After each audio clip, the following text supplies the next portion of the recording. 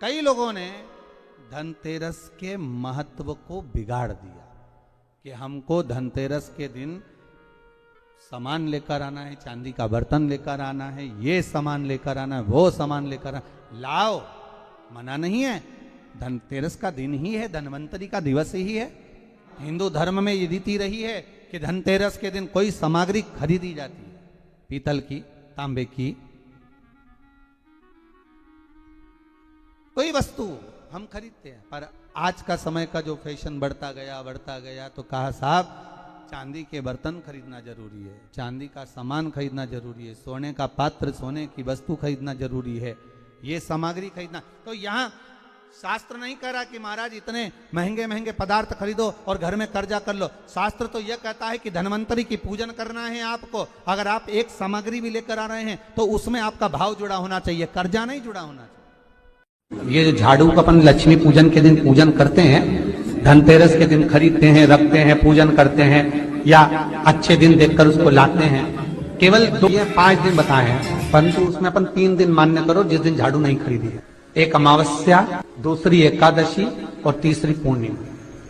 हमारे हिंदू धर्म के अंतर्गत माता लक्ष्मी का जहाँ पूजन होता है, माता लक्ष्मी की जहाँ आराधना होती है, वहां से दरिद्रता को बाहर निकालना। हर बार घर की झाड़ू लगाना, पुताई करना, सफाई करना, जो अटाला सामान है, बेकार सामग्री है, जो किसी काम की नहीं, उसको ले जाकर कहीं डाल देना, कहीं भेज देना। घर को सुरक्षित साफ, क्योंकि लक्ष्मी उसी घर में प्रवेश करती है जहां पर निर्मलता होती है।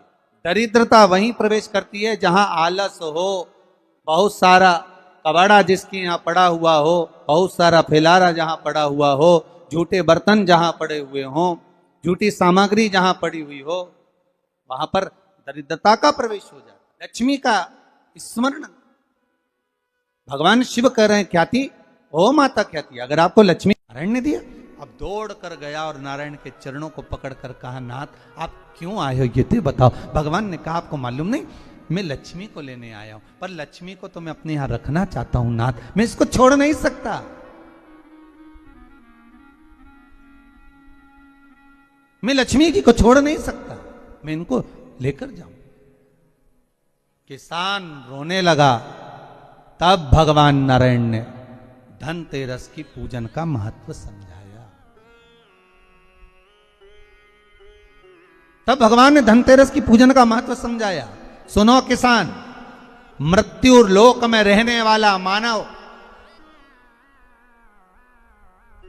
अगर धनवंतरी की पूजन करता है, धनतेरस के दिन कार्तिक महीने में पड़ने वाली सुंदर त्रयोदशी तिथि को जो धनवंतरी की पूजन करेगा, उसके घर से लक्ष्मी कभी बाहर नहीं जाएगी। नारायण जैसे बोले तो किसान तुरंत प्रसन्न हो गया। प्रभु प्रभु आप मुझे वो उपाय, आप मुझे वो पूजा का प्रयोग, आप मुझे वो महत्व उस धनवंतरी पूजन का, उस धनतेरस की पूजन का बता दीजिए, जिससे मेरा कल्याण हो जाए, जिससे मेरा उद्धार हो। भगवान विष्णु बोले, किसान सुनो, ये धनवंतरी मेरा ही एक अंश होता है। जैसे मेरे हाथ में शंख चक्र गदा पद्म सब धारण करा हुआ हूं, उसी तरह धनवंतरी का स्वरूप का यदि आप दर्शन करेंगे, आप धनवंतरी के चित्र का अगर दर्शन करेंगे, तो एक हाथ में उनके भी चक्र है, एक हाथ में उनके शंख है, एक हाथ में उनके औषधि है, एक हाथ में उनके अमृत का कलश है, और भगवान स्वयं नारायण का अंश प्रकट हो रहा है। बोल धनवंतरी भगवान की, धनवंतरी भगवान की। कहते हैं धनवंतरी भगवान का प्रागट्य जब हुआ था, तो भगवान शंकर ने धनवंतरी देव को देखकर कहा, वाह रे प्रभु वाह, क्या सुंदर स्वरूप धारण कर कर आए हो। प्रभु जब मेरे लिए विष लेकर आए थे तब एक आनंद दूसरा था, पर आज अमृत लेकर आए हो, उसका आनंद दूसरा है। बहुत अलग अलग बातें महाराज। शिव महापुराण की कथा कहती है, 2 तरह की वाणी होती है। एक में आपने क्रोध कर दिया, अपशब्द कह दिया, ताना दे दिया, गालियां दे दी, और एक शब्द अमृत का मीठा बोल दिए, प्रेम की वाणी बोल दी, उसका एक आनंद दूसरा है, उसका एक संबोधन दूसरा है। एक विष लेकर आ रहा है, एक अमृत लेकर आ रहा है। शिव जी कहते हैं जो अमृत लेकर आ रहा है उसका आनंद ही दूसरा है, उसके चेहरे की चमक ही दूसरी है। भगवान विष्णु कहते हैं सुनो किसान, मैं आपको धन्वंतरी पूजन का विधान बताता हूं। भगवान कहते हैं किसान, सुंदर कृष्ण पक्ष की त्रयोदशी को कार्तिक के महीने में धन्वंतरी देव का पूजन, धनतेरस का पूजन माना जाता है। सुनो किसान, एक सुंदर भूमि पर देसी गाय का गोबर से लीपन कर कर, अगर गाय का गोबर ना मिले सुंदर जल से लीपन कर कर, वहां एक सुंदर चौक को पूर कर, आप सभी को ज्ञात होगा कि चौक पूरने में रंगोली का प्रयोग नहीं होता। आप लोगों को मालूम होगा चौक पूरने में आटा और हल्दी का प्रयोग होता है। काय का प्रयोग होता है? आटे और हल्दी का प्रयोग। आटे हल्दी का प्रयोग क्यों होता है? क्योंकि आटा समृद्धि को बढ़ाता है, लक्ष्मी वैभव को बढ़ाने वाली हल्दी होती है। इसलिए जब चौक पूरा जाता है भूमि पर, तो चौक पूरते समय आटा हल्दी का प्रयोग करते हैं। थोड़ा सा चावल का दाना या गेहूं का दाना रख दिया जाता है, उसके ऊपर एक सुंदर चौकी, एक चौरंग, एक पाटा रख दिया जाता है। भगवान विष्णु बता रहे हैं किसान को धनतेरस के पूजन का वर्णन, और जो भगवान विष्णु ने बताया है वही पूजन का वर्णन आप लोग श्रवण कर रहे हैं। आज धनतेरस है, आज धनतेरस का प्रयोग कर पूजन करें और शिव महापुराण के इस भाव को, विष्णु पुराण के इस भाव को, स्कंद पुराण के इस भाव को आप धारण करें, और जो विधान भगवान विष्णु बता रहे हैं उसके हिसाब से, उसके अनुसार आप लक्ष्मी का पूजन, धनतेरस का पूजन करें। चौकी लगाएं, चौरंग लगाएं, पाटा लगाएं, उस पाटे पर एक सुंदर लाल वस्त्र धारण करा दें, लाल वस्त्र बिछा दें। एक थाली लें, उस थाली पर कंकु से, रौली से, कुंकू से गिला कर स्वस्तिक का निर्माण कर दें। स्वस्तिक का निर्माण कर कर घर में अगर चांदी का सिक्का हो, अगर चांदी का सिक्का नहीं हो, चांदी का कॉइन नहीं हो, तो अपने घर का 1 का सिक्का, 2 का सिक्का, 5 का सिक्का, 10 का सिक्का, जो भी आपके घर में हो वो कॉइन ले लें महाराज, उसको थाली के अंदर रख दें स्वस्तिक के ऊपर। फिर उसका स्मरण करें, आटे के 7 दिए बनाएं, एक थाली में, एक प्लेट में रख लें, घी के दिए बनाएं और उसमें सुंदर बाती को लगा दें। ध्यान दीजिएगा, इसमें जो बाती लगेगी वो लंबी बाती लगेगी। लक्ष्मी जी की पूजन में जितनी भी बाती लगे वो लंबी लगे। महाराज घी के दिए लगा दें 7, सातों दियों को प्रज्वलित कर लें, प्रकट कर लें। एक दिया तेल का लगा लें। तेल का जो दिया लगाया है, जहां पर आपने सिक्का रखा है, कॉइन रखा है, उसका लेफ्ट हैंड, मतलब आप ऐसे बैठे हो तो आपका सीधा हाथ की ओर आप तेल का दिया लग दें। और जो 7 दिए आपने लगाए हैं वो लक्ष्मी जी के राइट हैंड, मतलब आपका लेफ्ट हैंड हो गया, लक्ष्मी जी का राइट हैंड, आपका लेफ्ट हैंड हो गया, आपका उल्टा हाथ। वहां पर 7 दिए जो आपने प्रज्वलित करे हैं वो प्लेट में रख दें। सुंदर थाली जो आपने पूजन की तैयार करी है, उसमें कुंकू, रोली, हल्दी, अबीर, गुलाल, चंदन, मौली, लाल धागा, मौली, अमरबेल के टुकड़े, कमलगट्टे, हल्दी की गांठ, सुंदर भाव में उसको रखें। जल का पात्र सुंदर आनंद से, जो क्वाइन चांदी का और देसी क्वाइन आपने जो रखा है उसका जल से पूजन करें।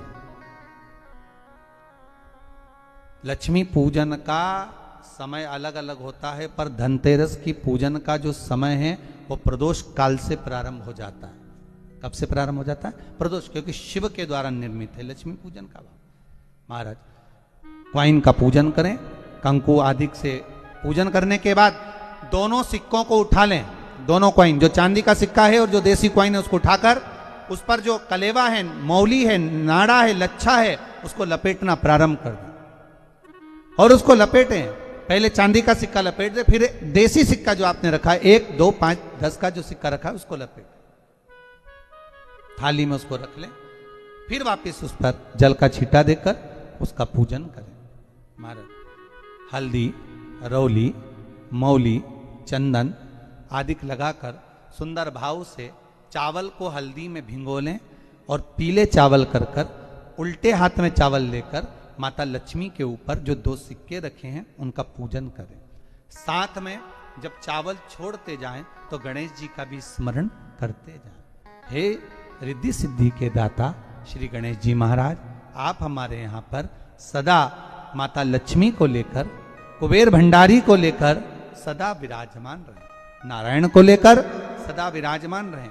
चावल छोड़ते जाएं और बाबा से विनती करते जाएं, माता लक्ष्मी से निवेदन करते जाएं, भगवान शिव का स्मरण करें, भगवान नारायण का स्मरण करें, माता लक्ष्मी का स्मरण करें, रिद्धि सिद्धि के दाता भगवान श्री गणेश जी महाराज का स्मरण करें, छोड़ते जाएं। जब चावल पूर्ण छोड़ देवें, पूजन पूरी तरह से हो जाए, तब महाराज 7 सुंदर आनंद से अमरबेल के टुकड़े, अमरबेल वृक्ष पर एक पीले कलर की बेल चलती है, पीली, उसमें पत्ते नहीं होते, वो किसी भी वृक्ष पर डली रहती, वो अमरबेल कहलाती। ये अमरबेल लक्ष्मी पूजन में, समृद्धि के लिए, मकान के मुहूर्त के समय पर, गृह प्रवेश के समय पर बहुत कार्य आती है।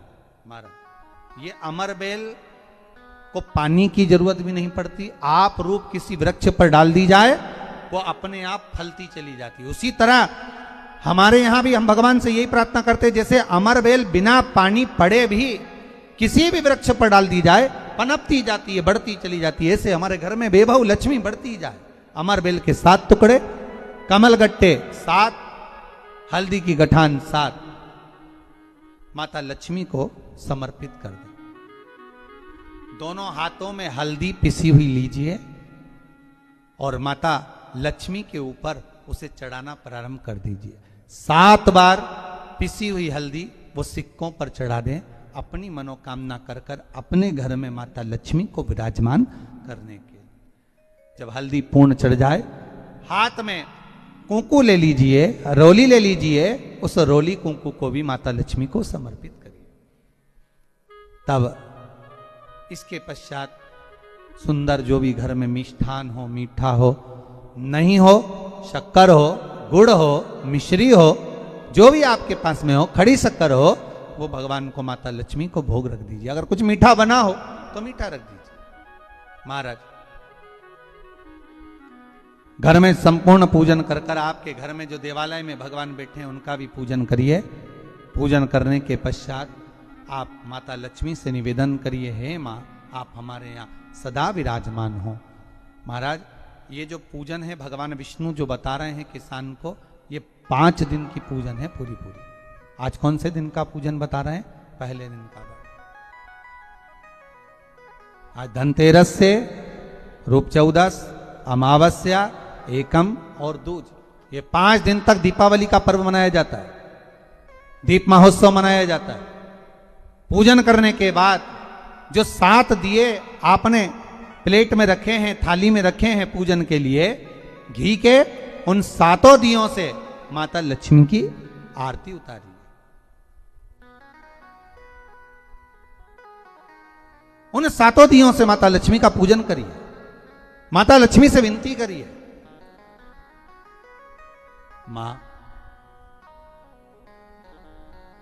हम आपके पुत्र हैं, मां आप हमारे घर का रास्ता भूल गई हो, मां बहुत कष्ट है, बहुत दुखी है मां। पर भगवान शिव पर विश्वास कर कर, कुबेर भंडारी पर, कुबेरेश्वर महादेव पर विश्वास कर कर, भगवान नारायण के सुंदर प्रसंगों पर विश्वास कर कर, मां भगवान शंकर का अनुमोदन कर कर, हे मां आप हमारे घर में विराजमान हो, मां आप हमारे मार्ग को, हमारे घर को, हमारे घर के रास्ते को, हमारे घर के द्वार को आप भूल गई हो मां, हे बेबहू लक्ष्मी, हे धन लक्ष्मी, हे संतान लक्ष्मी, हे माँ लक्ष्मी, हे धान्य लक्ष्मी, आप हमारे घर में विराजमान। 7 दीप जो प्रज्वलित करे हैं उससे माता की आरती उतारिए। फिर माता को झोली पसार कर प्रणाम कर कर भूमि पर नमन करो। जब झोली पसार कर प्रणाम करें, झोली को अपनी ओर गिरा लें और माता को नमन कर कर जो 7 दिए आपने लगाए हैं उन 7 दिए को अलग अलग स्थान पर ले जाकर, जैसे घर के हॉल में, एक रसोई घर में, एक जहां पर आप लक्ष्मी रखते हो उस स्थान पर, एक घर के द्वार के पास में, एक तुलसी के क्यारे के पास में, ऐसे अलग अलग 7 स्थान पर उन दीप को रख दिया जाए महाराज। एक भगवान का जहां पूजन हुआ है, लक्ष्मी की जहां आराधना करी, एक दीप वहां पर भी रखा जाए। जो तेल का दिया लग रहा है उसके पास में, फिर कहेंगे तेल का दिया माता लक्ष्मी के उल्टे हाथ पर और घी का दिया माता लक्ष्मी के सीधे हाथ पर। मतलब जो सिक्के आपने रखे हैं उस सिक्के का उल्टा हाथ तेल का, मतलब आपका सीधा हाथ होगा जहां तेल का दिया रखाएगा, और जहां आपका उल्टा हाथ होगा जहां पर घी का दिया लगाएगा, वहां माता जी का सीधा हो गया, आपका उल्टा हो। माता का स्मरण, माता लक्ष्मी से निवेदन करिए, हे मां कृपा सागर करुणा सागर मां, आप भगवान विष्णु के साथ विराजमान हुए, आप भगवान नारायण के साथ में हमारे यहां सदा विराजमान हो मां, ऐसी कृपा कर दीजिए। महाराज मां से विनती कर कर बड़ा उत्साह, बड़ा उमंग, बड़ा आनंद रखना, ये भाव रखना घर में। भगवान विष्णु कहते हैं किसान से, हे किसान, आपने अगर धन्वंतरी की पूजन करी है, धनतेरस की पूजन करी है, कोई वस्तु, कोई सामग्री अगर आप लेकर आए हो, कोई पात्र लेकर आए हो, कोई तांबे का पात्र लाए हो, जो भी वस्तु आप नहीं लेकर आए हो उसका भी पूजन उसी दिन कर लेना चाहिए।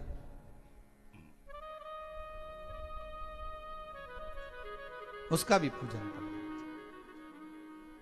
बड़ा भाव रखकर भगवान विष्णु ने किसान को बताया, बड़ा भाव।